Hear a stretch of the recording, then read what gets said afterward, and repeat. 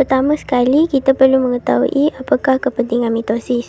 Kepentingan mitosis ni ada 5. Antaranya ialah penjanaan semula, pembentukan tunas, terapi sel stem, teknik pengkulturan dan perkembangan embrio.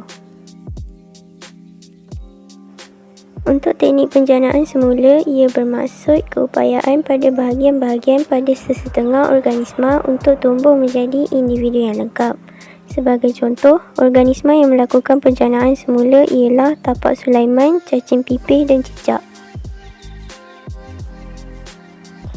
Seterusnya, pembentukan tunas pula ialah organisma induk yang membentuk tunas pada badannya. Kemudian, tunas itu akan tertanggal dan membentuk organisma yang baru. Antara organisma yang menjalani pembentukan tunas adalah seperti hydra dan yeast.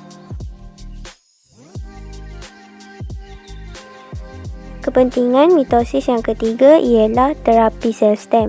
Sel stem adalah sel baru yang belum membeza dan bertujuan untuk tujuan pemilihan. Terapi sel stem menggunakan sel tulang som-som.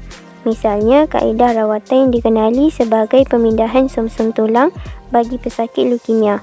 Rawatan ini berasaskan sel stem di mana som-som tulang itu penuh dengan sel stem untuk membantu bagi menjana semula sel-sel darah. Lazimnya, pesakit leukemia mempunyai kesulitan untuk menjana sel darah. Maka, rawatan pemindahan som-som tulang ini merupakan salah satu kaedah rawatan untuk merawat situasi berkenaan. Teknik pengkulturan. Teknik pengkulturan adalah teknik di mana sebahagian tisu kecil dikulturkan dalam media steril ataupun aseptik untuk pembesaran. Teknik ini adalah teknik alternatif bagi teknik semula jadi seperti pengeluaran biji benih dan teknik vegatif. Semasa teknik ini dijalankan, para ahli sains telah melakukan pengubahsuaian sel secara semula jadi yang dilakukan bagi menghentikan aktiviti gen dan secara tak langsung mencipta jalan untuk meningkatkan daya tahan dan kualiti suatu tanaman daripada virus dan ianya dikenali sebagai RNA interference. Perkembangan embrio. Mitosis memastikan perkembangan pesat berlaku. Jika mitosis tidak berkembang pesat semasa perkembangan embrio, boleh terjadinya kecacatan pada embrio. Seperti contoh, organ tidak dapat disempurnakan dan menyebabkan fungsi organ tidak normal. Selain itu, mampu meragut nyawa embrio ataupun berada dalam keadaan tidak normal selepas dilahirkan. Bagaimana terbentuknya kanser? Kita sel dikawal khas pada setiap fasa, G1, S, G2 dan M. Tetapi walau bagaimanapun, sel boleh mengalami mutasi dan menyebabkan pembahagian sel tidak terkawal dan akan menyebabkan pembentukan tumor. Tumor terbahagi kepada dua, iaitu benigna dan malignan. Tumor benigna tidak berbahaya dan boleh dibuang secara pembedahan, manakala tumor malignan pula dikenali sebagai kanser yang disebabkan oleh bahan kimia karsinogen, iaitu benzina dan karbon tetraklorida. Faktor genetik dan sinaran ion bertenaga tinggi seperti sinar X dan sinar gamma.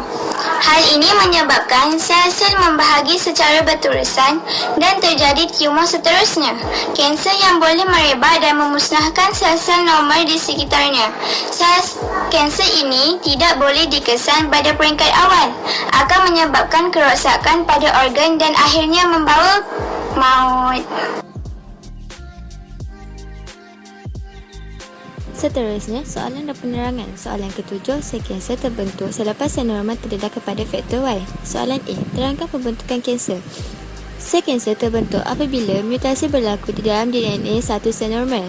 Ini menyebabkan pembahagian sel secara mitosis berlaku dengan cepat tanpa kawalan. Kanser boleh merebak dan memusnahkan sel normal di sekitar sel sehingga boleh merosakkan organ dan membawa maut.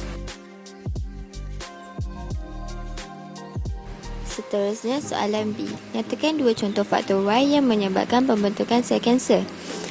Jawapan dia, sinaran ion bertenaga tinggi seperti sinar X dan sinar gamma, bahan karsinogen seperti benzena dan karbon tetraklorida. Kemudian, soalan C. Nyatakan dua cara untuk mengelakkan perkembangan sel kanser. Jawapan dia, hindarkan diri daripada terdedah kepada senaran air yang bertenaga seperti radioaktif dan elakkan makan makanan yang mengandungi bahan karsinogen seperti daging mentah dan makanan yang hangus. Seterusnya soalan 8. Perkembangan dalam bidang kultur tisu tumbuhan telah membolehkan ahli sains meningkatkan kualiti dan kuantiti sesuatu tanaman. Para ahli sains di Malaysia telah berjaya mempatenkan produk yang boleh disemburkan pada pokok orkid bagi membantu mengatasi jangkitan oleh virus. Usapan bioteknologi ini dikenali sebagai teknologi RNA interference. Pada pendapat anda, bolehkah teknologi semburan ini diguna pakai untuk semua organisma sebagai perlindungan daripada jangkitan? Penerangan soalan 8. Pada pendapat saya, teknologi semburan ini bagus dan boleh digunakan kerana teknologi ini mampu membuatkan tanaman mempunyai daya tahan yang tinggi kerana mempunyai sistem pertahanan terhadap virus. Tanaman juga boleh bertahan dengan jangka masa yang lama jika penjagaan rapi dipraktikkan.